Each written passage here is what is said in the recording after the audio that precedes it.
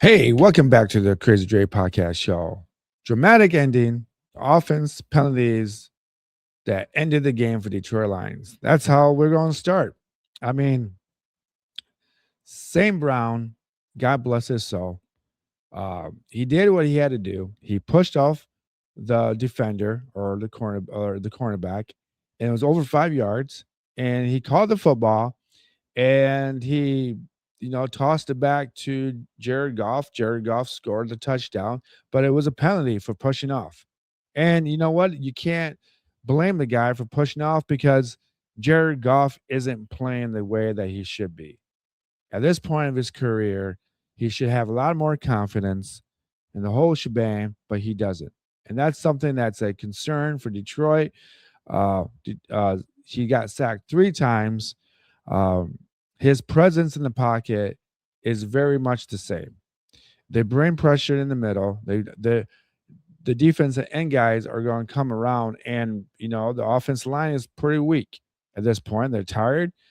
There's no really there's somewhat protection, but when they bring in more than 4 guys to in the backfield, and they bring 5 or 6 guys in, that's when Detroit really struggles, and that's when Jared Goff really struggles. It To me, it doesn't really matter if he had 364 yards, 3 touchdowns. He gave up those 3 sacks, and one of those sacks was a safety after a fumble that after a fumble that we covered for Detroit. As the Steelers were moving the ball downfield, that were about to score a touchdown, but that fumble saved Detroit. Jack Campbell, I think he recovered that, and he's a phenomenal player, Jack Campbell. All right, but we have a big problem, and this problem is just not the offensive line. This problem is a confidence problem with Jared Goff. He he doesn't understand when he moves out of the side of the pocket. He had an opportunity a couple times, and I think in the last drive to just gain 5 yards. He didn't do that. He didn't want to get hit. Obviously, he don't want to get hit, but he had plenty of time to run out of that pocket for 5 yards. But he didn't. He threw the ball, incomplete pass to live again. That's how they teach you to play football as a quarterback in the NFL and college sports. All right. But another biggest problem that we had is that we had David Montgomery and Jamar Gibbs not rushing at all. They gave up. They only have Montgomery only had 4 rushes, 4 carries for 14 yards. Jamar Gibbs had 7 carries for 2 yards. And the biggest problem that you're going to have for Detroit is that Jamar Gibbs should not have 10 receptions. People say he's a phenomenal player. He's a Uderado. He's a multi-function athlete. That's great. You use those moments at particular times, but you should never. Jamar Gibbs should never be your number 2 or number 1 receiver. Jameson Williams had 9 targets and he had 5 receptions. Amon St. Brown had 9 targets, 4 receptions, 54 yards. And I get it. And I really do get it that defense are going to play a lot tougher on Jameson Williams and and Amon St. Brown. But there's another statistic that we want to talk about. Anthony Frisker had 4 receptions, 40 yards. Longest one was 20 yards, and he had target 4 times. And then Shane Zelanstra had three targets, 3 receptions, 5 targets, 20 yards. And you know what? For a minute, you thought that Detroit was going back to the old school, using the tight ends and using everybody to participate in this game. But for some reason, again, I'm sure Dan Campbell made the play calls to have at least Zelenstra or Frisker being an option for Jared Goff, but it didn't work that way. I should go back and watch the game and see the personnel on the field at particular certain times of the game. But Detroit did go away from the tight end uh, receiving yards or the receptions or the targets, just the targets itself. And that's a concern. And another concern is that Caleb Raymond only had 4 receptions, 62 yards, 1 touchdown. So I feel like Detroit is using Jamar Gibbs way too much in the wrong aspect of the game. And I think the toughness for Detroit's offensive line could be questionable too, because if you have someone like Dan Campbell that says about grit and toughness and the next man up, well, the next man up is your offensive line, and that's going to be the toughest uh, uh, positions for Detroit Lions and any other team. Those guys have to protect the quarterback at all times. They have to make gaps for the running backs, and they didn't do that so well. But you know what? Pittsburgh did do really well twice in the second half. They had Jalen Warren, uh, uh, 14 carries, 143 yards, 2 touchdowns, and it just blows me away that they gave up 2 touchdowns for 45 yards. I think that Detroit is getting worn out mentally. I think the assignments in this era for Detroit is getting too much. Jared Goff needs to finish games the way that Matthew Stafford finished games in Detroit. There's a difference. There's an element, a difference of a certain personality trait that a true leader has on the football field or anywhere in at work or in the military. It's that gut instinct to know when to take over the game and to be able to motivate your players or your soldiers to keep moving on. And Jared Goff does not have that. And this is a concern for me. This is going to be a topic that's going to be brought up again and again. If the NFL doesn't makes a rule up that you can't blitz quarterbacks like Philip Rivers and Aaron Rodgers and Jared Goff ever again because they're not mobile quarterbacks, those 3 guys would be the greatest quarterbacks of all time. They would. But Jared Goff, I mean, time and time again, if you need to move out of the pocket like you did a couple times to gain 5 yards, then do so. Then run for those 3 to 5 yards. It's better. Sometimes it's better than being second down and 10 and you just throw the ball away. There was at least one time that I saw that he could run for the ball and gain 5 yards to make it second down or third down or whatever. But to me, that's just garbage. If you take the end of the first half, if you take the end of the first half for Detroit, I mean for the Steelers, you get Kenneth Gainwell with a 45-yard touchdown pass. And this kid fell on the ground. And he had this ability to concentrate so well that when he fell, the ball fell onto his lap, onto his arms, basically. I've never seen this before. This is going to be the ESPN's top 10 play of the week, or even for the day, or Friday, or whatever that when they do that. So Kenneth Gainwell, I mean, you did a number on Detroit. You had five receptions for 78 yards. Adam Thielen, who was just let go from the Minnesota Vikings, does a service for the Bears in Green Bay by helping them out by having 4 receptions, 49 yards. I mean, Metcalf 4 receptions, 42 yards. I think Metcalf is clearly on the way out. He doesn't really want to play football. You can just see it in his eyes. He's just done. He's ready to go, ready to move on. I mean, and then let's go back to the rushing for the Steelers. So you got Jalen Warren 14 carries, 143 yards, 2 touchdowns. Kenneth Gainwell, 9 carries for 50 yards. Jonas Smith, who is probably, I think he's like a tight end or a receiver. He had 9 carries for 28 yards. That's crazy. That is just nuts. And then the defensive end for Detroit.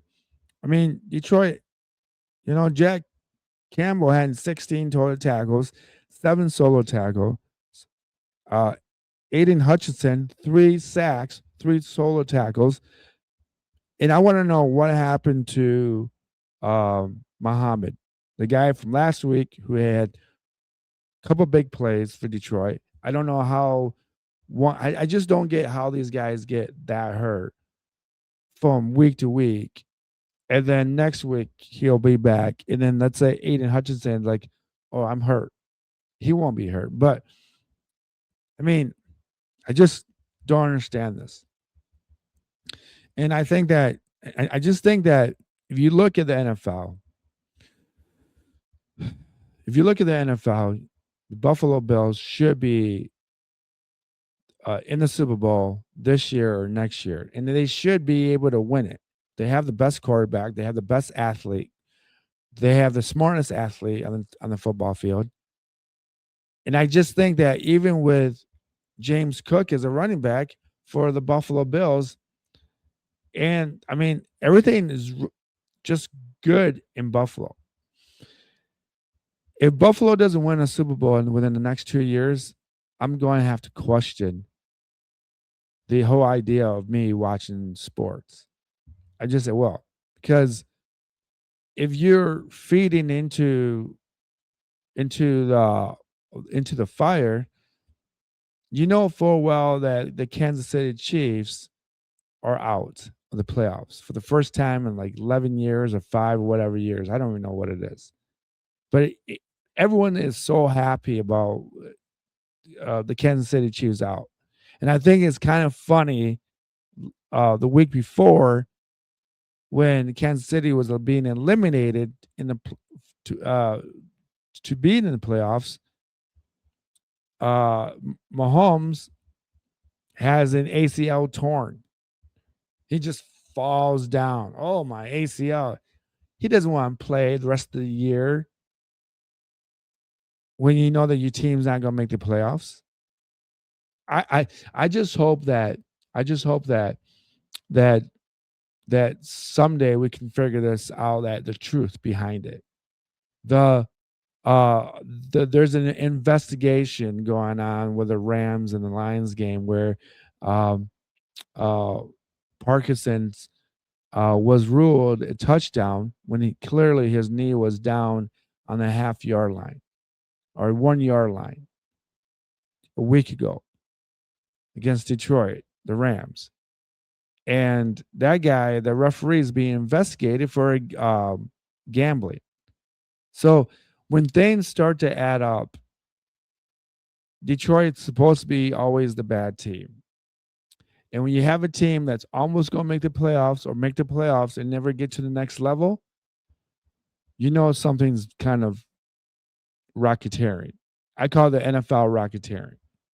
When you know that the referees are helping the Kansas City Chiefs make it, because it's a good storyline. It's a great storyline for the NFL. A black quarterback, a very nice guy, um, just a great personality. They love Andy Reid. It's great to be Andy Reid at that time when winning Super Bowls, when you were in the Super Bowl 3 out of 5 years and you win 3 of them. And they're talking about Mahomes being the next Tom Brady. Come on. You know that's garbage. No, it's garbage. I'll tell you this, folks. I'm going to end it this way. I don't have nothing against Aaron Rodgers or nothing against Philip Rivers, but I do think that it's kind of ironic that if you can't tackle the quarterback the way that they did with Terry Bradshaw back in the 70s, they used to body slam guys like Terry Bradshaw, and they don't tackle anybody. And look at Randall Cunningham for the Philadelphia Eagles. They tackle him like hell. They really did. And if you guys can't figure that, if a 32-year-old quarterback or a 35-year-old quarterback like Terry Bradshaw at the time was unable to play football into his later 30s and 40s, and now you got Aaron Rodgers and Philip Rivers who are not being allowed to be tackled like Tom Brady in that era of winning the last 5 Super Bowls, I would say, of Tom Brady's era, winning Super Bowls, especially his last 3. If you're not allowed to sack the quarterback and tackle the quarterback, and it's always roughing the quarterback, roughing the passer, then you know something's not right. There's no reason for a 44-year-old man, 44-year-old white guys who look way out of shape to play football. It's not entertainment. It's not fun. It's just not believable. It just isn't. They're not built like LeBron James. They're not built like Michael Jordan. There's just a different muscle mass difference. There just is. You can't tell me for a minute that Aaron Rodgers and Philip Rivers just can read the defense. It's just so easy for them to just go bouncing around and just oh boom boom boom. All you have to do against those 3 guys, Jared Goff, Aaron Rodgers, and Philip Rivers, is play man to man, press the receivers, and I mean press them, and you bring in the safeties coming up, you bring in the linebackers, and you press the whole offensive line. And then it's not really a blitz that you're calling a blitz, but you're putting so many guys up front that the offensive line guys for Pittsburgh, Colts, and Detroit, they don't know which one to block. And you can always change it up. Always change it up. Who comes in, who stays out. On the defense, who comes in the blitz and who doesn't, or who sits. Okay? And that's all you have to do with those 3 quarterbacks because they can't run outside the pocket. They don't want to get hit. And if you hit them, it's going to be a penalty anyways. Am I right? So please, if you're playing these 3 teams, that's how you play defense. And if you're a Detroit Lion fans, you just gave the enemy secret information. It's not a secret. It just isn't. It's just not a secret. That's how you play Detroit. They don't have an offensive line. The guys are tired. You bring the blitz. You make Jared Goff ants in the pants, and you know that you're going of. I almost feel like Montgomery and Gibbs are getting tired of getting hit in the backfield, so they're just going down. Okay, and this is why for Detroit, the tight end is the most important position for them right now. If you don't keep throwing the ball to the tight end, you're going to lose the game. And there's another thing I want to say. The first possession that Detroit had, coming down the field, and instead of just going for the field goal, they went for it, and they gave the ball to the Steelers, and then the Steelers scored points. That's not good. You can't win games in the first quarter. You can lose games in the first quarter, but you cannot win games in the first quarter. I don't care what head coach you are. You just can't. And the Steelers made 2 fourth-down conversions in a row on the same possession. So, you can call it what you want to call it, but there you have it, folks. Dial me up. Follow me on Patreon. Follow me on Spotify, Apple Podcasts, YouTube. Here I am. Peace, love, and let's go Detroit. For God's sake, please.